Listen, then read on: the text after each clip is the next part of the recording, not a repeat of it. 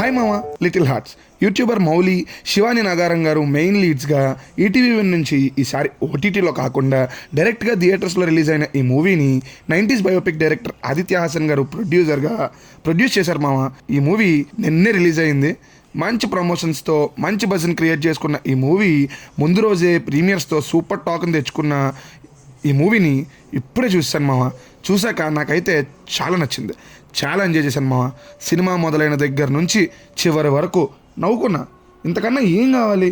ఒక 150 rupees ticket తీసుకొని థియేటర్లోకి వెళ్ళి కూర్చొని చూస్తున్న 2 గంటలు హ్యాపీగా మన కష్టాలు మర్చిపోయి నవ్వుకోవటం, అంతకన్నా పెద్ద హ్యాపీనెస్ ఏముంటుంది మామ.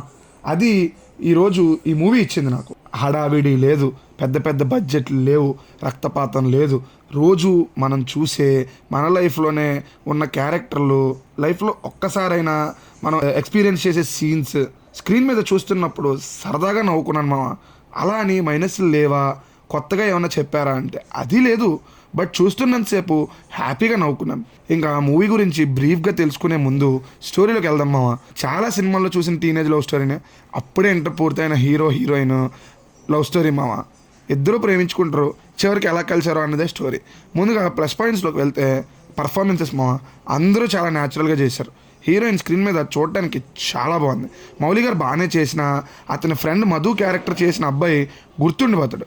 రాజీవ్ కనకాల గారు పర్ఫెక్ట్గా సూట్ అయ్యారు ఆ రోల్కి. బట్ ఆ క్యారెక్టర్తో నాకు కొన్ని కంప్లైంట్స్ ఉన్నాయి, అవి మైనస్లు మాట్లాడుకునేటప్పుడు చెప్తాను మామ. నెక్స్ట్ ఎస్ఎస్ కాంచీ గారు. ఆయన యాక్టింగ్ అంటే నాకు చాలా ఇష్టం. ఆయన ఈ మధ్య స్క్రీన్ మీద కనిపించట్లేదు. ఆయన్ని చాలా రోజుల తర్వాత స్క్రీన్ మీద చూడడం నాకు బాగా నచ్చింది మామ. Next comedy. ప్రతి కామెడీ సీక్వెన్స్ బాగా వర్కౌట్ అయింది.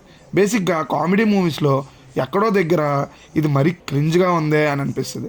బట్ ఇక్కడ ఒక్క చోట కూడా అది మనకు అనిపించదు మామ.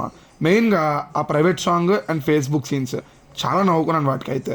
నెక్స్ట్ రైటింగ్ కూడా చాలా బాగుంది.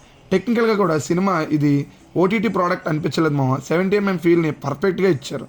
Editing, camera work, music, costumes ఇలా అన్ని డిపార్ట్మెంట్స్ వాళ్ళు వాళ్ళ వర్క్స్ వాళ్ళు చాలా బాగా చేశారు మామ. నెక్స్ట్ డైరెక్టర్ గారు. ఆయన కూడా ఒకటే టార్గెట్, ఈ సినిమా చూసిన వాళ్ళు ఎంజాయ్ చేయాలి, నేను లెక్చర్స్ ఇవ్వను, ఎంటర్టైన్ మాత్రమే చేస్తానని ఫిక్స్ అయినట్టున్నారు. ఆ విషయంలో పర్ఫెక్ట్గా సక్సెస్ అయ్యారు మామ. ఆదిత్య హాసన్ గారు ప్రొడ్యూసర్. బట్ ఆయన ఇలాంటి మూవీస్తో ఆయనకంటూ ఓ బ్రాండ్ని క్రియేట్ చేసుకుంటున్నారని చెప్పొచ్చు. సినిమా ఎంత బాగున్నా కొన్ని మైనస్లు ఉంటాయి మామ. ఎమోషన్. సినిమాలో ఎమోషన్ అనేది ఉండదు మామ. అన్నీ కామిక్గానే ఉంటాయి. ఆఖరికి కొన్ని సీన్స్ వాళ్ళు క్లైమాక్స్లో ఎమోషనల్గానే రాసుకున్నా మళ్ళీ దాన్ని కామిక్గా చేసేస్తారు. మనం సినిమాకి పెద్దగా కనెక్ట్ అవ్వం. Example Bujjigadu Happy. సినిమాలు అందరికీ నచ్చుతాయి, చూసినంతసేపు నవ్వుకుంటాం. బట్ ఏముంది అంటే కామెడీ తప్ప ఏముంది ఇందులో అని అనుకుంటాం. నెక్స్ట్ రాజీవ్ కనకాల గారి క్యారెక్టర్. ఇది నాకు కొన్ని విషయాల్లో వర్కౌట్ కాలేదు మామ.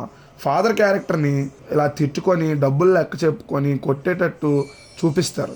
దాన్ని కామిక్గా చూపించడం నాకు నచ్చలేదు మామ. ఇప్పుడు జనరేషన్లో కూడా ఫాదర్ క్యారెక్టర్స్ ఇలాగే బిహేవ్ చేస్తాయి అనేటట్టు పోర్ట్రే అవుతాయి. చదువుకోమని పంపిస్తే చదువు తప్ప అన్నీ చేసేవాడిని నేను తిట్టకుండా ముద్దెట్టుకుంటారా, దాన్ని ఫన్నీగా చూపించడం నాకైతే నచ్చలేదు. అది అందరికీ నచ్చింది, అందరూ ఎంజాయ్ చేస్తున్నారు.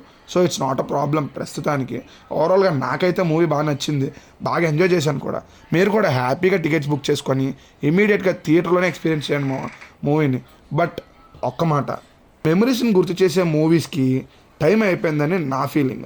రిపీట్స్లో అదే పనిగా ఇవే మూవీస్ అందరూ తీస్తున్నారు. మెయిన్గా ఈటీవీ1 వాళ్ళు బెటర్ కొత్త కంటెంట్ క్రియేట్ చేసుకోవడం మంచిది అని నా ఫీలింగ్. నెక్స్ట్ ఇంకో మంచి రివ్యూతో మళ్ళీ కలుద్దాం మామ. బాయ్.